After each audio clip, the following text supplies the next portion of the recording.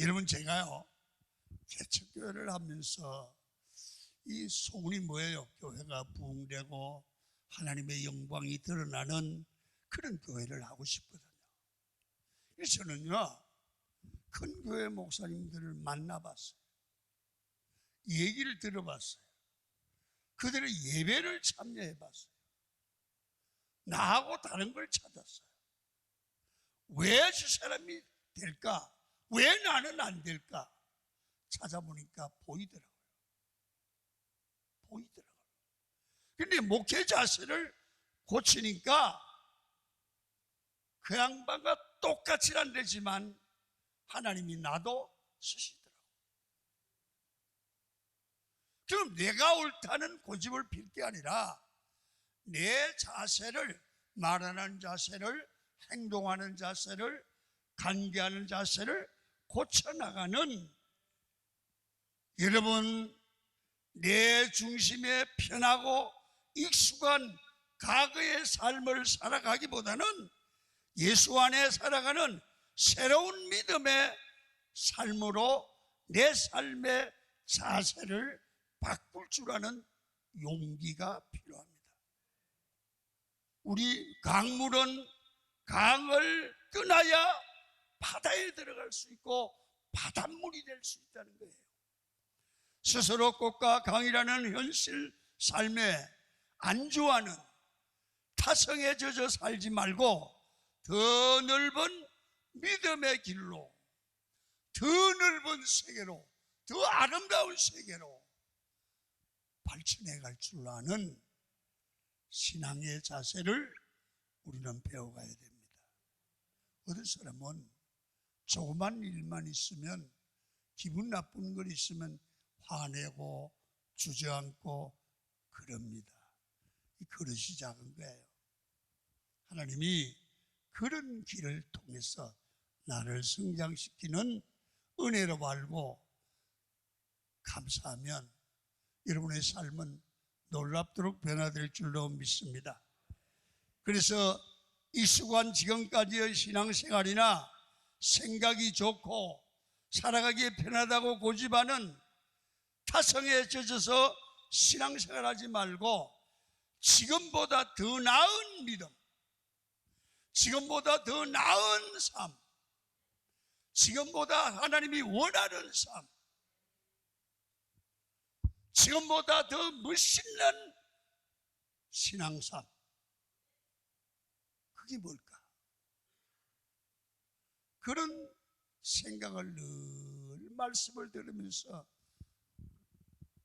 생각하고 기도하면 성령께서 지혜를 주셔서 깨닫게 할 줄로 믿습니다. 그리고 성장해 갈 수 있죠. 성도 여러분, 이제 그런 마음을 가지고 성도가 가져야 될 복된 믿음의 자세로 내가 나를 발전시켜야 돼요. 잘 들어보세요. 내가 나를 하나님 사랑받는 존재, 사람들에게 존경받는 존재로 내가 만들지 않으면 아무도 만들지 않아요. 내가 나를 존경받게 만들어야 돼요. 내가 나를 멸시받게 만든 거예요. 내가 나를 성공하는 사람으로 만들 수도 있어요. 물론 성령의 도움이 있고요. 내가 남에게 손가락질 당하는 삶을 살 수도 있어요. 그래서 오늘 내가 주님 앞에 매사에 잘못된 삶, 잘못된 생각, 하나님이 원치 않는 삶을 찾아서 매사에 변화되고 성장하려고 하는 자세를 갖기를 축원합니다. 내가 나를 변하려고, 부단히 변하려고 해요. 저도요, 나이가 먹고 이래도 제 책들을 독서를 하면서 보면 세계적으로 훌륭한 목사님들의 그 자세, 독서하는 자세, 생각하는 자세가 아주 특이해요. 그런 것들을 배워가려고 노력을 해요. 지금도요. 이게 자꾸 배우고 바꾸려고 하니까 내가 이게 나이가 이런 욕을 얻어먹겠구나. 애를 쓰는 거지. 노력을 해보는 겁니다. 여러분, 변화는 우리를 향한 간절한 하나님의 바람이고 소망입니다. 여러분들과 제가 지금 현재 상태로 그냥 있다가 없어져 버리거나 세상을 떠나기를 원치 않습니다. 하나님이 주신 생명 동안 뭔가가 변하고 성장해서 주님의 영광에 쓰임받고 복받기를 하나님은 원하십니다. 생각을 바꿔보세요. 여러분, 우리의 믿음이 성장해야 돼요. 우리의 생각이 깊어야 돼요. 우리에게도 꿈이 있어야 돼요. 우리도 할 수 있는 한 하나님과 사람 앞에 헌신할 수 있는 그런 여유가 있어야 돼요. 예배하고 찬양하고 기도를 항상 돌아보십시오. 내 중심의 신앙생활은 하나님 중심으로 새롭게 변화시킬 때 여러분, 나와 내 주변에 놀라운 하나님의 영광이 드러날 줄로 믿습니다. 본문의 배경을 보면 당시 이스라엘 백성들의 영적 상태가 상당히 변질되고 타락한 생활을 하고 우상을 숭배하다가 하나님의 징계를 받습니다. 그 징계는 바로 바벨론 나라의 포로로 끌려가게 되는 겁니다. 이런 비참한 상황에 놓여 있는 이스라엘 백성에게, 다시 말하면 희망을 잃은 백성에게 하나님께서는 말씀으로 희망의 메시지를 주는 겁니다. 성도는 어려울 때 하나님의 음성이 들려야 합니다. 시험이 들 때 주님의 음성을 들어야 됩니다. 가정에 도저히 해결의 길이 없을 때 자꾸 세상 말이 들리는데 그때는 하나님의 음성이 들려야 돼요. 안 들리면 그 음성을 들으려고 예배에 참석하는 거예요. 그럴 때 성령께서 어느 순간인가 반드시 하나님이 내 문제에 대한 대답, 내 삶의 해결의 열쇠가 되는 말씀을 주실 줄로 믿습니다. 여러분 잘 들으세요. 우리가 인생을 살아가면서 비참한 상황에 놓일 때 있어요. 고난을 당할 때도 있어요. 그때 하나님은 반드시 버려두지 않아요. 예배 드리면, 성경을 보면, 만나는 사람들이 믿음의 사람을 만나면 우리에게 희망과 소망을 주십니다. 여러분, 성도는 어려울 때 주님의 음성이 들려야 되는데 안 들리면 들으려고 기도하고 몸부림을 치라. 그러면 우리는 망하지 않는다, 그 말이에요. 자, 예레미야 29장 10절을 보도록 하시겠습니다. 시작. 여호와께서 이와 같이 말씀하시니라. 바벨론에서 70년이 차면 내가 너희를 돌보고 나의 선한 말을 너희에게 성취하여 너희를 이곳으로 돌아오게 하리라. 하나님이 바벨론 포로로 잡혀가게 하신 분도 하나님이야. 거기서 자기 백성을 저주하는 게 아니라 바벨론이라고 하는 도구를 통해서 하나님의 백성을 하나님이 원하는 사람으로 변화시켜서 복받을 백성 만들어 돌아오게 한다는 겁니다. 이스라엘 백성을 버리는 게 아니고 이 백성을 하나님은 바벨론이라는 도구로, 고난이라는 도구를 통해서 하나님이 쓰실 주의 백성으로 변화시키고 고쳐가는 게 목적이라는 거예요. 바벨론 포로로 여러분 끌려간 이스라엘 백성들은 대단히 혼란을 겪고 있습니다. 여러분 그들이 들려오는 소리가 여러 가지 소리가 들립니다. 사람이 살다 보면 어려움을 당하면 이 사람은 이렇게 말하고 저 사람은 저렇게 말하지 않습니까? 여러분 우리가 아파 보세요. 왜 그렇게 병원 하는데 약은 많어? 목사님 뽕나무 뿌리 삶아 먹으세요. 목사님 뭐 강황을 먹으면 좋대요. 아니 여주를 먹으면 좋대요. 약이 수십 가지고요. 또 사랑이 많은 근사님들은 그걸 만들어가 오시는 거예요. 여러분 이스라엘 백성이 어려움을 당하니까 어떤 거짓 선지자가 와서 걱정하지 마세요. 여러분 낙관론자들입니다. 1년이면 포로 생활이 끝난다는 겁니다. 이 말을 들으니까 걱정이 별로 없겠죠. 그러나 하나님과는 다른 생각. 또 어떤 분들은 이제는 희망이 없다는 거예요. 비관론자들입니다. 그러니까 이 포로 생활을 하다가 망하고 죽을 거라는 그런 소문을 퍼뜨리는 거예요. 자, 성경 읽습니다. 예레미야 29장 10절입니다. 11절 11절 시작. 여호와께서 이와 같이 말씀하시니라. 여호와의 말씀이니라. 14절을 읽겠습니다. 시작. 이것은 여호와의 말씀이니라. 나는 너희들을 만날 것이며 너희를 포로된 중에서 다시 돌아오게 하되 내가 쫓아보내었던 나라들과 모든 곳에서 모아 사로잡혀 떠났던 그곳으로 돌아오게 하리라. 이것은 여호와의 말씀이니라.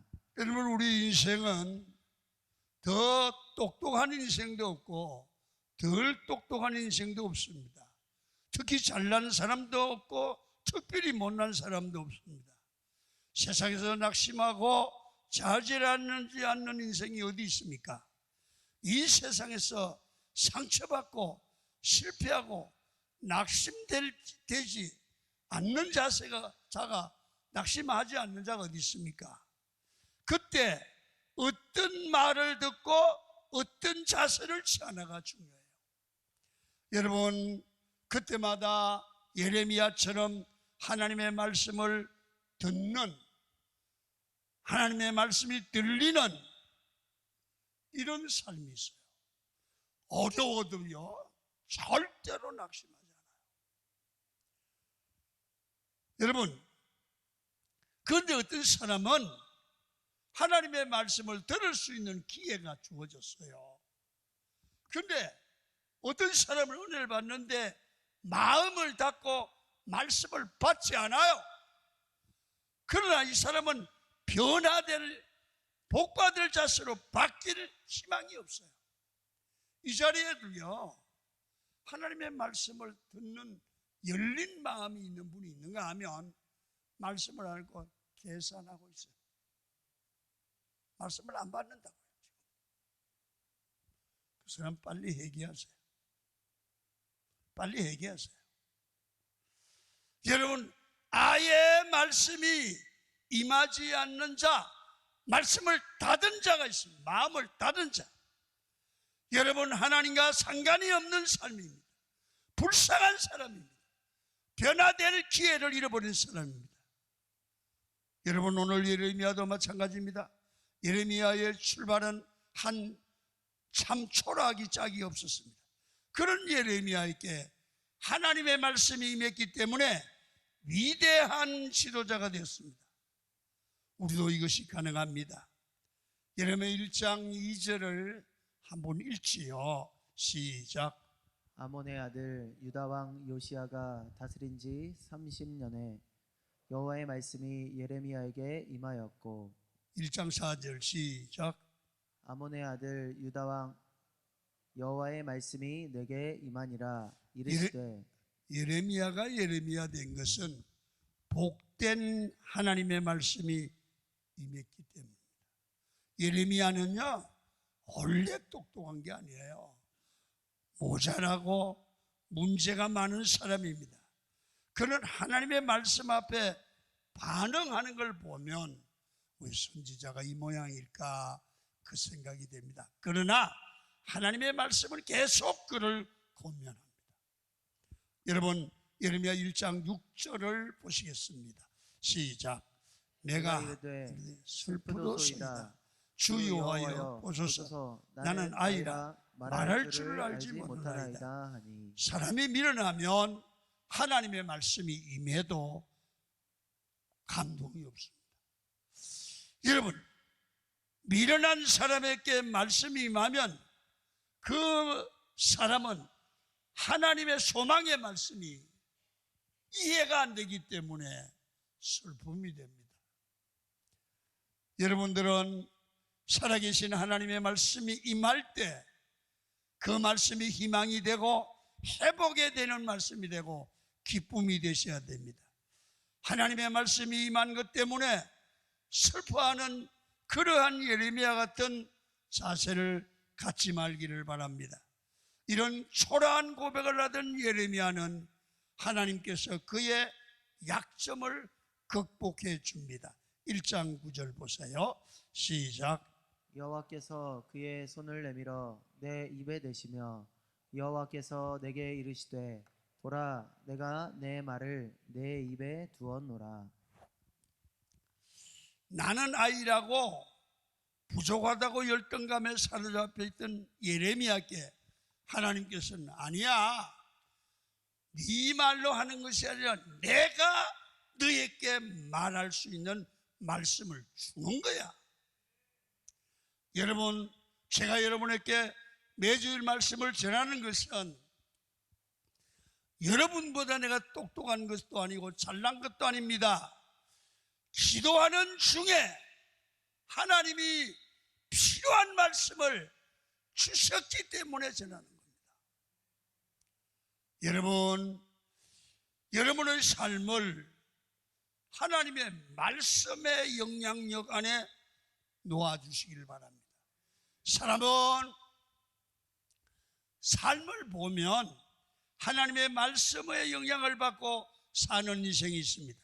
또 한 사람은 세상 사람의 말이나 거짓 선지자의 영향력 아래서 그들의 말을 듣고 살아가는 인생이 있습니다. 출애굽 과정에서 보면 우리에게 좋은 교훈을 줍니다. 출애굽기 12장 28절을 읽겠습니다. 시작. 수많은 잡족과 양과 소와 심이 많은 가축이 그들과 함께하였으며 이스라엘 백성들에게는 수많은 잡족이 있었다는 거예요. 이들은 하나님의 백성들의 생각과 사상을 혼미하게 하는 사람, 악한 영향을 미치는 사람들이 백성 중에 섞여 있었다는 거예요. 아주 잡족. 여러분이 교회 안에도 꼭 이 잡족 같은 교인이 있어요. 믿음 생활 제대로 하는 사람들의 속을 뒤집어놔요. 이 잡족이에요. 그리고 민수기 11장 4절을 보세요. 시작. 그들 중에 섞여 사는 다른 인종들이 탐욕을 품음에 이스라엘 자손도 다시 울며 이르되 누가 우리에게 고기를 주어 먹게 하랴. 세상에 400년 동안 노예 생활을 한 것을 해방시켜 주시고 이제 그 절망적인 땅에서 희망의 땅 가나안 땅으로 인도해 주시는 그 가정인데 옛날로 돌아가고 싶대요. 옛날 노예 생활이 좋대요. 어떻게 하나님의 백성은 이스라엘이 이런 미련한 소리랍니까? 이 이유는 수많은 섞여있는 잡족들로 표현되는 그런 속썩이는 사람들이 하나님의 백성의 마음을 흔들어 놨다는 거예요. 우리는 두 가지 중에 하나의 영향을 받지요. 예레미야처럼 살아계신 하나님의 영향을 받는 사람, 주변에 섞여 사는 수많은 다른 인종들, 탐욕을 가진 잡족들의 영향을 받으면 우리는 망합니다. 보십시오. 지금 이 세상의 모든 문화가 정상적인 구조가 아닙니다. 사람을 혼미하게 만드는 문화입니다. 이런 시대를 살아가기 때문에 우리는 매일 아침마다 살아계신 하나님의 말씀에 영향력 아래 들어가기를 축원합니다. 우리 인생은 누구의 영향을 받느냐가 중요합니다. 그 다음에 세 번째는 항상 기도하는 믿음의 자세를 가져야 됩니다. 우리가 세상을 살아가면서 나를 향하신 하나님의 뜻을 알기 위해서는 기도해야 됩니다. 하나님의 본 마음을 이해해야 됩니다. 예레미야 29장 11절을 보면 하나님은 우리에게 본심을 알려주십니다. 시작. 여호와의 말씀이니라. 너희를 향한 나의 생각을 내가 아나니 평안이요 재앙이 아니니라. 너희에게 미래와 희망을 주는 것이니라. 이게 하나님의 본심이라는 거죠. 우리가 이것도 모르고 맨날 어려움 당하면 좌절하고 낙심하기도 하고요. 조그만 어려움을 만나면 나는 인생이 끝났는가 보라고 이 하나님의 본심을 정확하게 파가여 어떤 경우도 하나님을 믿고 의지하는 성도가 되어야 될 줄로 믿습니다. 이 말씀은 12절과 같이 읽어야 더 은혜가 되지요. 12절 읽어보죠. 시작. 너희가 내게 부르짖으며 내게 와서 기도하면 내가 너희들의 기도를 들을 것이요. 왜 우리가 하나님의 본심을 알지 못합니까? 11절의 말씀대로 하나님의 평안과 미래의 소망을 구하면서 그것을 얻게 하여 기도하되 부르짖어 기도해야 되는데 어려움을 당하면 부르짖어 기도하기는 커녕 여러분 기도를 더 안 해요. 그래서 우리는 어려움을 당하면 기도하는 자세가 습관이 되기를 축원합니다. 그렇게 할 때 하나님의 본심을 파악하게 되고 하나님이 응답하셔서 길이 열리게 돼요. 마지막으로 그렇게 되면 범사에 감사하는 삶으로 우리가 어려움을 감사로 바뀌는 거예요. 여러분, 예수 믿는 사람은 모든 일이 합력하여 손을 이룰 줄 믿고 감사할 줄 아는 거예요. 여러분, 중요한 것은 우리에게 주어진 현실의 문제가 있는 게 아니고 주어진 문제를 어떻게 해석하느냐가 문제예요. 만약에 이스라엘 백성들이 11절에 나오는 하나님의 본심을 잘 파악을 했다고 생각해 보십시오. 그러면 눈을 뜨면 바벨론 포로 생활이라는 비참한 생활이 현실이지만 여러분, 근본적으로 우리를 재앙에 빠뜨리고 저주하는 하나님이 아니고 이런 과정을 통해서 회개하게 만들고 변화를 받아 새로운 하나님의 사람으로 거듭나게 하셔서 하나님이 복 주시기를 원하는 그 뜻이 하나님의 본뜻이라면 그 해석을 한다면 절망하지 않죠. 그 바벨론 포로 생활에서 감사할 수 있겠죠. 실패의 자리에서 눈물 나는 삶의 자리에서 감사할 수 있고 감격할 수 있는 것이 영적인 실력입니다. 내가 영적으로 병이 들었는지 영적으로 충만한지 어떻게 가늠합니까? 감사가 있으면 충만한 겁니다. 여러분, 합력하여 선을 이룰 줄 믿고 감사하는 여러분이 되기를 축원합니다. 이런 감사가 습관이 될 때 반드시 승리할 줄 믿습니다.